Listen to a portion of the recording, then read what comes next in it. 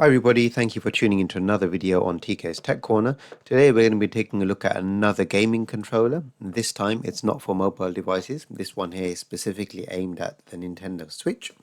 But it's not limited to just the Switch. It also supports platforms like the PC, for example, and therefore you could use it on something like your Steam Deck as well if it's in a docked mode. The controller is by a company called EasySMX, and this model here is an ESM T37 controller. It's a wireless controller which supports both wired and Bluetooth connectivity to your consoles. It supports many features such as the turbo functions, which in addition to what you get on the Switch Pro controller, which I've got here. We'll be comparing this as well. It also has a 6-axis gyro, and it comes in two different colors. This one comes in, I believe, what is called here, the mint green color, and also another color called misty purple. I'm going to add a link to these in my description below. If we just have a look at the back of the box before I get it out, it shows compatibility with Switch and Windows systems. And it has, again, we talked about the turbo buttons, a 6-axis gyro, and also it supports Bluetooth 5 wireless connectivity, which is good to know. So it's using Bluetooth 5, and it also supports, and it has a USB-C cable in the box, which we're going to see as well. So let's get it out, and we'll compare it to the Pro controller. I've got my Nintendo Switch here as well, so we'll try and pair it up and just give it a quick test and see how it all works. So I'm going to get this out of the box now. So they don't do a black one or grey one or any sort of a standard colour, which is that's interesting. They opted for lively colours that can add some colour to your gaming space, I suppose. Initial impressions, it's got a nice feel to it. I like the textures here, quite similar to what they've got on the Pro controller. They've got textured hand grips here, which is quite nice because if you're having long gaming sessions, then these textured grips on many controllers, you see them now, really do make a difference. So offering that grip for a longer period, especially when you've been gaming for hours sometimes. Let's just have a look at the back of the controller. So the back of the controller, pretty standard. We've not got any buttons here on the back, like the programmable type buttons, which isn't a problem at all. Neither does the Switch Pro. I'm just going to get rid of the box quickly. There is a USB-C cable in the box, as you can see there. And there's a just a review card for EasySMX and the instructions manual, which we may need to understand how to program the turbo or how to use the turbo buttons. I'll keep that on the side for a second, and I'll get my switch on in a minute as well. I don't know if there's any battery life in this, so we'll see just in a minute. But before we do fire it on, let's just talk through what we've got on the front. We've got the standard analog sticks. These aren't Hall effect sticks. These are case silver 3D joysticks here. All the buttons here that I'm pressing, these aren't micro switch buttons. These are conductive buttons, so conductive adhesive pads, and that's exactly the same as what you get in the Switch Pro controller. So it's not a case of you're getting micro switches here and you're not getting micro switches here. And depending on your preference, you may or may not prefer these anyway. So the buttons all feel nice. They've got a nice travel on them. As you can see, not too much travel. Nice responsive feedback is what I'm getting so far. It feels nice. The D-pad is initial impressions only. I've not played it. You can see I've just pulled it out of the box. The D-pad is quite comfortable. It's got this dimple in the middle that your thumb could rest on, and then the again conductive buttons or the pads, you can feel them on each end of the D-pad. Pressing it in a diagonal motion is also quite comfortable, so no problems there. So if you're playing beat 'em ups or whatever else, maybe you like using the D-pad, some classics for example, I think initial impressions are this is going to be comfortable for long periods of gameplay, even when you're playing the emulated games and the classics, SNES games, etc., and you're using the D-pad. It's a nice size, the thumb rests quite comfortably on there. You've got full-size joysticks, so I did say they're not Hall effect sticks on this one, but they are full-size joysticks that have a nice smooth feel. Good movement there as well.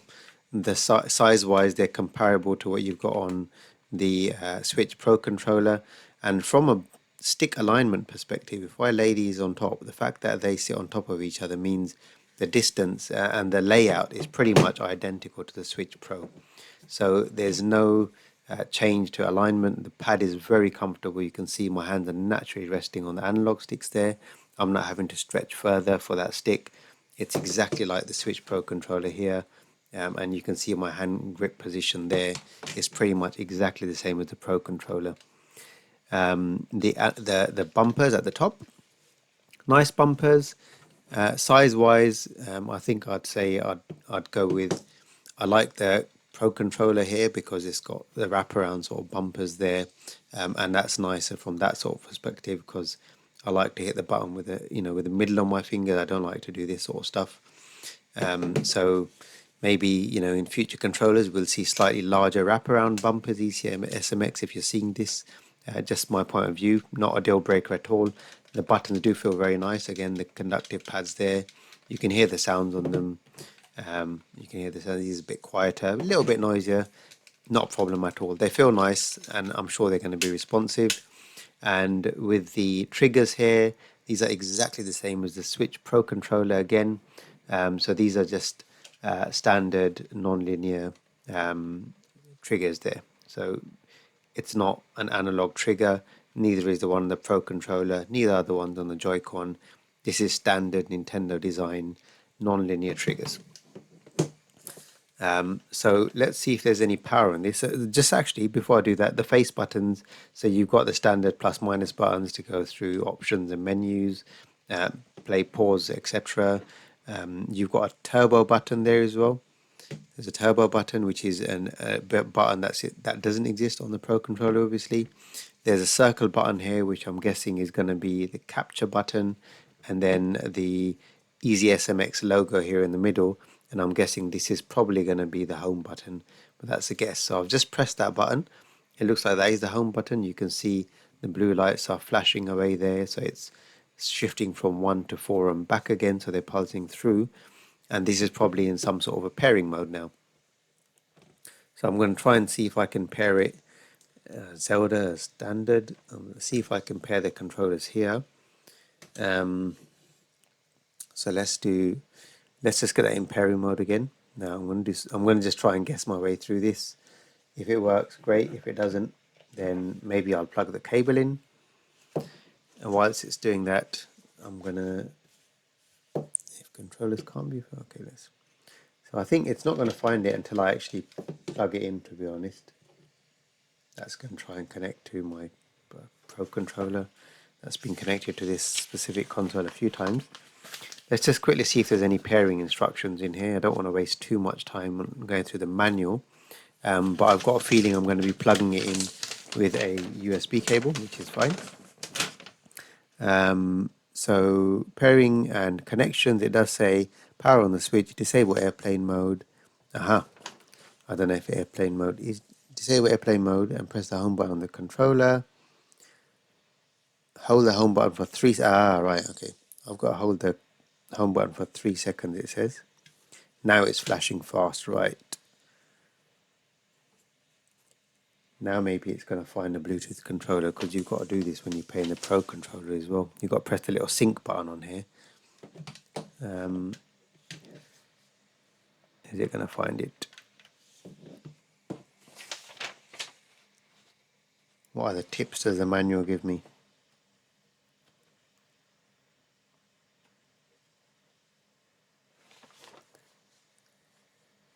Change grip, or I've got to press that probably. Okay, cool.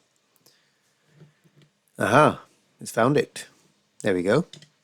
So it shows it as the Pro controller as well. Seems to be working absolutely fine. There we go.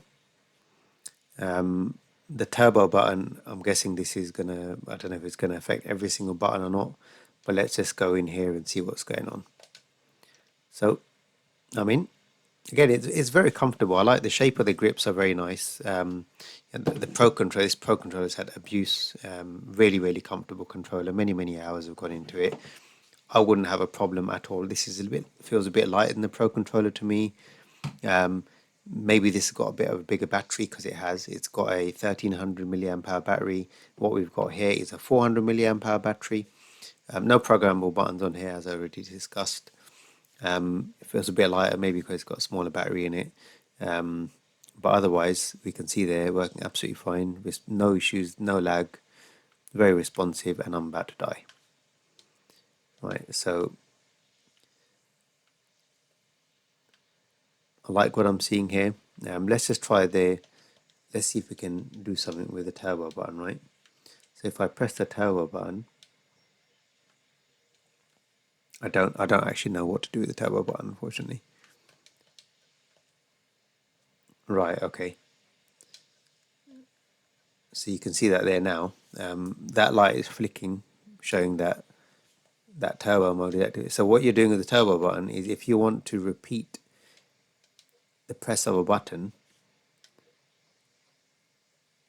right, and that's in auto mode now. So it's literally, so you've got two modes. When you're pressing the button, while it's pressed, you can press turbo, and then turbo mode is activated on that specific function. And then if you press it again, it's in auto fire mode effectively, because now you can see I'm not doing anything and Link's just hacking away. And then if you want to stop it, you press it and it's cycling through. So that turbo function is valid for any one button that you mess around with. So again, you're pressing your desired button, and then you're pressing the T button to carry out those functions. Let's just try the start and select buttons. Yep, absolutely fine. The trigger, again, feels exactly like the Switch Pro trigger, to be honest. No issues whatsoever there. Both triggers are working fine. There we go. That's working in the lock mode. So you can see that there. It's working absolutely fine. I'm strafing around nicely. All works absolutely fine. This button is acting as the home button, as you can see there. So that's working very nicely as well. And this, I'm guessing this is going to be the capture button. So let's just try it out. And it says capture taken. So that has taken a screen capture as well now, which is great. And again, I mentioned, you know, yes, the bumpers are slightly small, but they're not uncomfortable. It's not causing any problems at all. I'm able to use them absolutely fine. Yes, my preference is I like wraparound bumpers, but I've said that about mobile game controllers as well. That's just my preference. No problems that they're not there. I'm not doing anything groundbreaking here, as you can see in Zelda.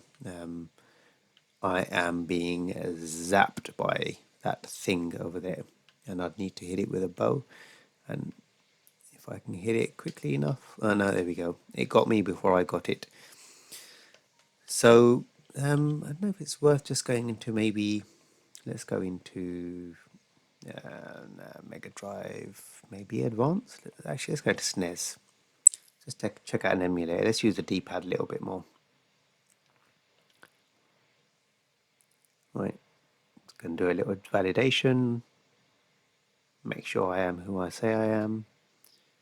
And we're in to Super Nintendo. Let's get the volume. Right, so we need to play apparently. But what are we going to play? Let's play some Mario. Should we play some Mario? What's new there? Harvest Moon and Side Pocket Pool Game. Right, let's go with Mario World.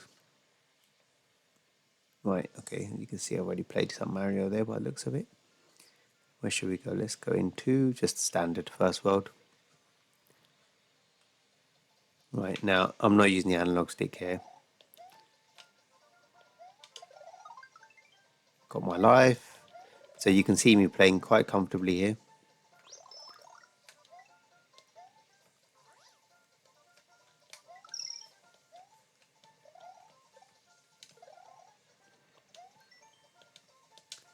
Right, it's giving hints. The first level anyway, isn't it?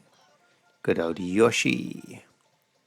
I recently just managed to convince my son that playing with Yoshi in the new Mario Brothers Wonder is a great option, because by default kids just want to be Mario, don't they? Of course they do.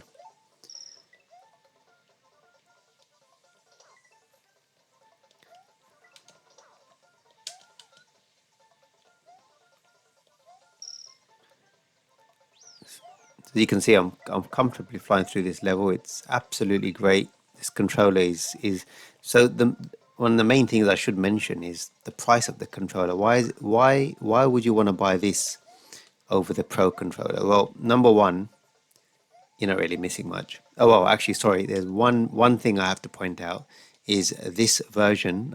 I'm going to post a review of another one also, but this version, this is the non-Pro version. The ESM T37 does not have NFC, so you won't be able to use your amiibos with this controller. There is a new one, the T39 Pro, which I'm also going to be posting a review on shortly, so stay tuned for that one. That one does support NFC and has some additional features as well, and we'll take a look at them when I carry out the review. So on that note, I'm going to end this video. If you found it useful, please leave a thumbs up for me. Always appreciate a thumbs up to my videos. If you like them, please leave a thumbs up. It shows me that I'm doing good stuff. Any questions, ask them in the comment section below.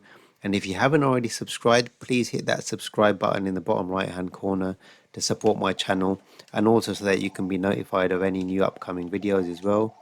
Again, if you're interested in seeing the video that I'm going to post on the T39 controller I mentioned, just hit subscribe and you'll get hopefully notified of when that video is available. So on that note, thank you very, very much for watching, and I will hopefully see you in the next video. Thank you.